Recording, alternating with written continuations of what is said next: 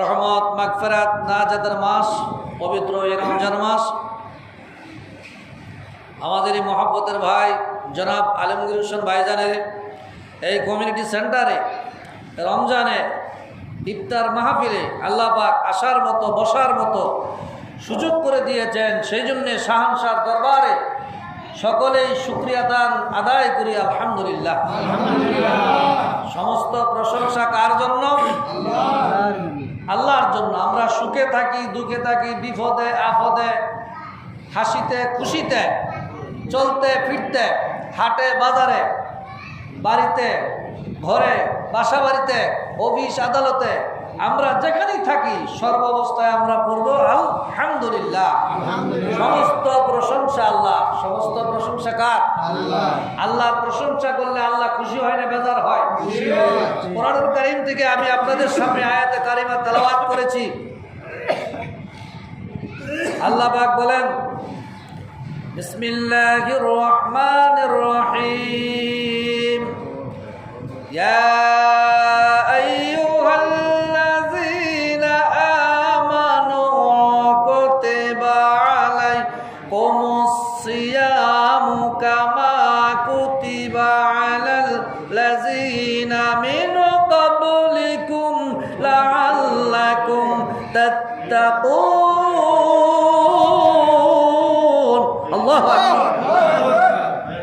এখানে আল্লাহ পাক কি বলতেছেন?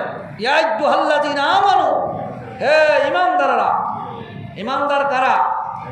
যারা নামাজ পড়েন, রোজা রাখতেছেন, হজ করেন, যাকাত দেন, তারপরে মা বাবার খেদমত করেন, আল্লাহর জিকির করেন, কোরআন তেলাওয়াত করেন, মিথ্যা বলেন না, সত্য বলেন, মানুষের হক আদায় করেন, আত্মীয় স্বজনের হক আদায় করেন, তারাই হলো ঈমানদার। তারা কি? তারা নবীকে জীবনের চাইতে বেশি ভালোবাসেন। আলহামদুলিল্লাহ বলেন। আল্লাহ বলে, তোমাদের উপর রোজা ফরজ আমি আল্লাহ করেছি। কে করছেন? আল্লাহ বলে, কামা কুতিবা আলাল্লাযীনা মিন ক্বাবলিকুম লাআল্লাকুম তাত্তাকুন। তোমাদের পূর্ববর্তী নবী রাসূল যারা ছিল, তাদের উম্মত যারা ছিল, তাদের উপরও রোজা ফরজ ছিল। সুবহানাল্লাহ। আমরা যে খালি রোজা রাখি এরকম না, অন্য নবীদের আমলও ছিল। আল্লাহ কেন ফরজ করেছি? লাআল্লাকুম তাত্তাকুন, তোমরা যেন তাকওয়া অর্জন করতে পারো। আমরা অনেকে তাকওয়াটা বুঝি না, মনে করি তাকওয়া আবার কিসের রোজা। আরে তাকওয়া কোনটা ভাই শুনেন? তাকওয়া হলো রোজা থেকে মিথ্যা বলা, রোজা থেকে সুদ খাওয়া, ঘুষ খাওয়া, মানুষকে রোজা থেকে মানুষের গীবত গাওয়া, রোজাও থাকলেন মানুষের গীবতও গাইলেন, রোজাও থাকলেন সুদও খাইলেন, রোজাও থাকলেন মিথ্যাও বললেন, রোজাও থাকলেন ওজনে কম দিলেন, রোজা থাইকা আপনি এই সমস্ত কাজগুলি করলেন, তাহলে আপনার রোজা কোনো রেজাল্ট হলো না, আপনার রোজা কোনো কাজ হবে না। কি বলেন ঠিক কিনা? এই জন্য আল্লাহ বলছেন আল্লাহ তাত্তাকুন, রোজাদার যারা তারা মিথ্যা বলতে পারে না, রোজাদার যারা তারা কি করবে? সত্য কথা বলবে, না মা বাবার খেদমত করবে। সুবহানাল্লাহ বলেন। আমার নবী মদিনার মিম্বরে বসে আছেন, সাহাবীদেরকে নিয়ে তিনি নসিহত করতেছে। হযরতে জিবরাইল আলাইহিস সালামের আগমন, হযরতে জিবরাইল আলাইহিস সালাম বলেন, ইয়া রাসূলুল্লাহ, এই রমজানে যারা এই রোজার মাস অর্থাৎ যারা রোজা পাইল, রোজা রাখলো না, রোজা রাখিয়া জীবনের গুনাহগুলি মাফ করাইতে পারলো না, জান্নাত কামাই করতে পারলো না, এরা ধ্বংস হোক। এরা কি হয়ে যাক? ধ্বংস। রোজার মাস আইছে, রোজা তাই না, খবরও নাই, পর্দা টানায় রাখছে। কি করে রাখছে? পর্দা টানায়া। পর্দার ভিতরে কি হয় আমার আল্লাহ জানে কি জানে না? পর্দার ভিতরে কি হচ্ছে এটা আমার আল্লাহ জানে কি জানে না? পর্দার ভিতরে সবকিছুই চলতেছে, চা বিক্রি চলতেছে, তারপরে বিভিন্ন রকমের খাবার দাবার চলতেছে। তুমি রোজদার, তুমি একজন মুসলমান, কিন্তু তুমি এটা মানলা না। আমার নবী বলেছে এরা ধ্বংস হয়ে যাক। এরা কি হয়ে যাক? রোজাও রাখলো না, গুনাহ মাফ করাইতে পারলো না, জান্নাতও কামাই করতে পারলো না, রোজা কিন্তু চলে যাচ্ছে। কি বলেন ঠিক কিনা? 14 রোজা আজকে, কত রোজা? 14টা রোজা প্রায় শেষ হয়ে যাচ্ছে। আমরা পাবো কি পাবো না, আবার কার ভাগ্যে আছে না নাই কেউ বলতে পারবে? গত বছর এখানে অনেকেই ছিল, এই বছর অনেকেই নাই। কি বলেন ঠিক কিনা? আগামী বছর এখানে কে থাকবেন কে থাকবেন না কারো কোনো গ্যারান্টি আছে? কুল্লু নাফসিন যায়িকাতুল মাউত, মৃত্যুর স্বাদ প্রতিটা মানুষের গ্রহণ করতে হবে। না দুনিয়াতে আইছেন, আজরাইল আইলে 50,000 1 লাখ দিলে ফেরত যাবে? কি বলেন?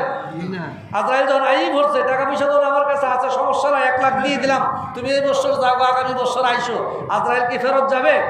আজরাইল কোনো ঘুষ টুস খায়?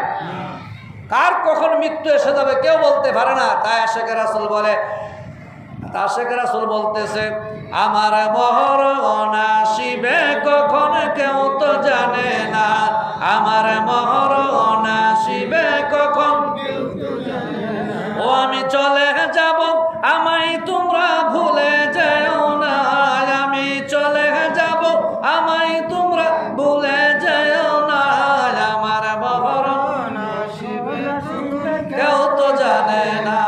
বলতে পারবেন কখন আসবে? কি বলেন? বলতে পারবেন? হাবিবুর রহমান যুক্তিবাদী সাহেব, এই যে দুলাইবার, এই 4-5 দিন আগেও দেখছি, গতকালকে এন্তেকাল করছে। গতকালকে কি এন্তেকাল করছে? তাহলে মানুষ কখন চলে যাবে কেউ বলতে পারে না। এই হলো মৃত্যুর স্বাদ, প্রতিটা প্রাণীর গ্রহণ করতে হবে। মৃত্যু যে আসবে এটা প্রতিদিন কবরে 70 বার ডাকে। কতবার? এই দুনিয়ার বাসিন্দা, আল্লাহর বান্দা, নবীর উম্মত, এই দিকে যাও না, এই দিকে আসো। এই দিকে যাও না, এই দিকে আসো, মানে আমি কবরের দিকে আসো। আর আমরা চলি উল্টা, আমরা চলি কি? আমরা কবরের দিকে যাইতে চাই না, কবরকে আমরা ভালোবাসি না। এত তাড়াতাড়ি মৃত্যুবরণ করলে হবে? এত তাড়াতাড়ি মৃত্যুবরণ করলে হবে না, আরো বহু সময় আছে। দাড়ি ফাঁকুক, মাথার চুল ফাঁকুক, এরপরে ছেলে মেয়ে হবে, নাতি নাতকর হবে, এরপরে সে আমি দুনিয়া থেকে যাব। এত তাড়াতাড়ি গেলে হবে? অনেকের মনে এরকমের ধারণা। কি বলেন ঠিক কিনা? আসলে কবর দেশে যাইতে হবে কি হবে না? হবে। তা আমার নবী বলেছে যারা এই রমজান পেয়েছে, রোজা রাখলো না, জান্নাত কামাই করতে পারলো না, এরা ধ্বংস হোক। হযরতে জিবরাইল আলাইহিস সালাম বললেন, নবী বলেছেন আমিন। নবী কি বলছেন? আমিন বলছেন। আমিন মানে ধ্বংস হয়ে যাবে, এই লোকের কোনো বাঁচার কোনো রাস্তা নাই। আছে? এরপরে জিবরাইল বলে, নবী গো, যারা এই রমজান মাসে মা বাবাকে পাইছে অথবা 2 জনের একজনকে পাইছে, মা বাবার খেদমত করলো না, জান্নাত কামাই করে নিতে পারলো না, তার মতো হতভাগা কপালপুর আর কেউ নাই, সে ধ্বংস হয়ে যাক। সে কি হোক? ধ্বংস হোক। তাহলে এই 2 জনের ব্যাপারে নবীজি ধ্বংস কামনা করছে। মা বাবারা পাইছে না, মা বাবার খবরও নাই এই রমজান মাসে মা কি দিয়ে আফতার করছে না করছে, মা রোজা রাখতেছো, তুমি কি দিয়ে ইফতার করতেছো? ঢাকা থাকেন, নারায়ণগঞ্জ থাকেন, যেখানেই থাকেন, এখনো মোবাইলে খবর নেওয়া যায় কি যায় না? যায়নি? ঢাকা থেকে খবর নেওয়া যায় কিশোরগঞ্জে, মা তুমি কি দিয়ে ইফতার করছো, মা তুমি কি খাইতেছো, ইফতারের মধ্যে কোনো আছে কিনা, কোনো লাগবো কিনা? মারে দূর থেকে মোবাইলে সান্ত্বনা দেওয়া যায় কি যায় না? কিন্তু এই কাজটা করে না। এই কাজটা কি করে না? রমজান আইসে পরে খবরই নাই মা, মা কি আছে না নাই খবরই নাই। মার খেদমত তো দূরের কথা। ও যুবক, তোমার জন্য আমার নবী বলেছে, মার খেদমত করলো না, রোজা রাখলো না, জান্নাত কামাই করতে পারলো না, ওই উম্মত ধ্বংস হয়ে যাক। ওই উম্মত কি হয়ে যাক? ধ্বংস হয়ে যাক। আল্লাহর নবী আমিন লাগাই দিলেন, ওই উম্মত ধ্বংস হবে, এতে কোনো সন্দেহ। আর নবী যদি কারো জন্য ধ্বংস কামনা করে, সে কি বাঁচতে পারে? আরেকটা কাজ হলো, এ রমজান মাস পাইলো, পাওয়ার পরে কিন্তু আমি নবীর দুরূদ শরীফ পড়লো না। আমি নবীর দুরূদ শরীফটা মানে কি? নবীর নাম শোনার পরে দুরূদ শরীফ পড়লো না। আমরা অনেক সময় নবীর নাম শুনি কি শুনি না? মোহাম্মদ এই নাম শুনি কি শুনি না? ওয়াজ মাহফিলে, মসজিদে, খুতবাতে, বিভিন্ন জায়গায় আমরা যাই। এখন আমরা ইফতার বাড়িতে আসছি, এখনো আমাদের নবীর নাম কিছুক্ষণ পরে পরে আসতে পারে কি পারে না? এক শ্রেণী আছে নবীর উম্মত, আল্লাহর বান্দারা কোনো বুঝুই না যে নবীর নামটা কি। নবীর নামটা মোহাম্মদ। মোহাম্মদ বলার পরে, শোনার পরে আরেকটা কাজ আছে, সাল্লাল্লাহু। এটা কি 1 বছর লাগবো শিখতে? 6 মাস, 1 দিন লাগবো? সাল্লাল্লাহু আলাইহি ওয়াসাল্লাম, এখানে মাত্র একটা শব্দ, এইটা মুখস্থ করতে কি সময় লাগবে? বছরের বছর। এটা মুখস্থ করে ফেলেন যে নবীর নাম শুনলে দুরূদ শরীফ পড়তে হয়, আর না পড়লে নাকি ধ্বংস হয়ে যাবে। ধ্বংস হওয়ার দরকার নাই। সুবহানাল্লাহ। এ বন্ধু, তাহলে এখন থেকে বুঝে নেন, নবী বলেছে এই রমজানে যারা আমার নাম শুনলো, দুরূদ শরীফ পড়লো না, তারা ধ্বংস হয়ে যাক। তারা কি হয়ে যাক? তাহলে আমি এখন থেকে নবীর দুরূদ, নবীর নাম শোনার পরে নবীর দুরূদ শরীফ আমরা পড়বো কি পড়বো না? দুরূদ পড়, দুরূদ পড় রে, দুরূদ পড় নবীজির উপর, দুরূদ পড়, দুরূদ পড় রে, দুরূদ পড় নবীজির উপর। পড়লে লাভ আছে দুনিয়াতে, আর লাভ আছে আখিরাতে, আর লাভ আছে পহর কালে রে।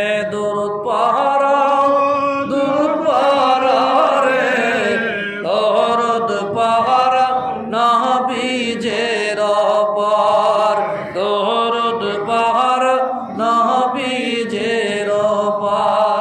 মারহাবা বলেন। এই রমজানে যারা নবীর দুরূদ পড়লো না, অর্থাৎ নবীর নাম শোনার পরেও এরা ধ্বংস হয়ে যাক। এরা কি হয়ে যাক?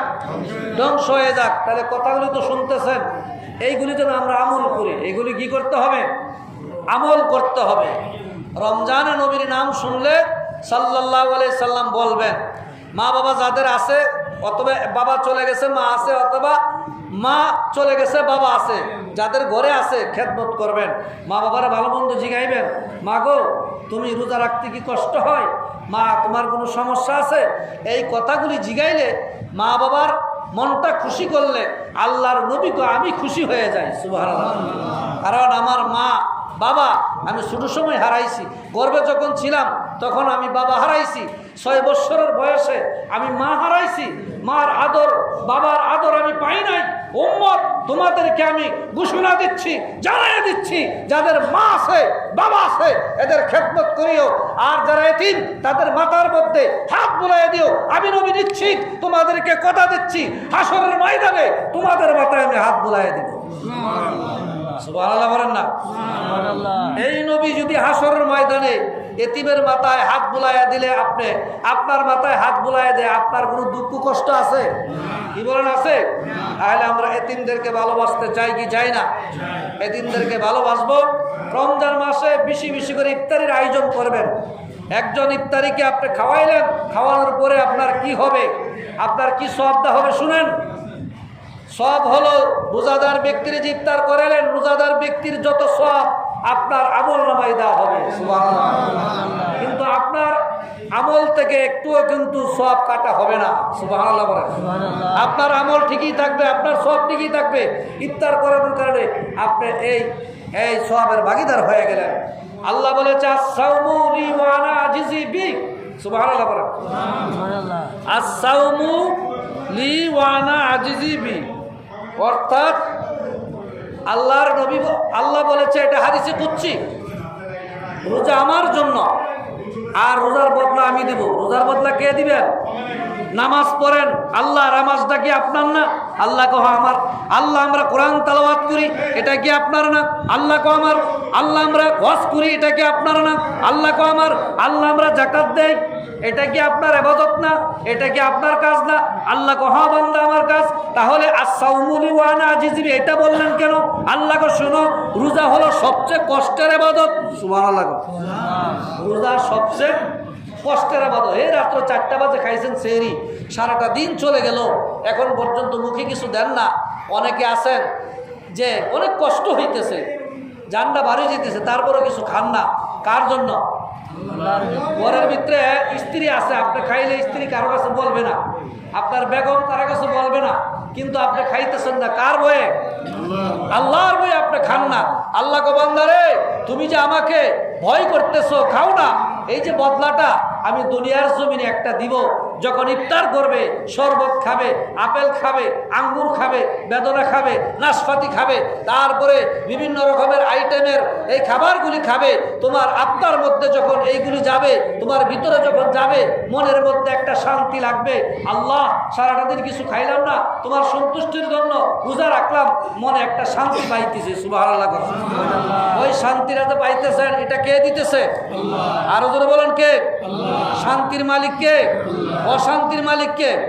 আল্লাহ যদি শান্তি না দেয়, খালি চিল্লা সারাদিন কোন শান্তি শান্তি, শান্তি আসবে না। শান্তি ইন্নাদ-দীনা ইনদাল্লাহিল ইসলাম, ইসলাম ধর্ম হলো শান্তির ধর্ম।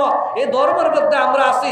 ইসলামের কাজ যারা করতেছেন, রোজা রাখতেছেন, নামাজ পড়তেছেন, হজ করতেছেন, যাকাত দিতেছেন, মা বাবার খেদমত করতেছেন, রমজানে কোরআন তেলাওয়াত করতেছেন, যারা ইসলামের কাজ করতেছেন, দেখবেন বাকি 11টা মাস আপনি ভালো থাকবেন। 11টা মাস কি?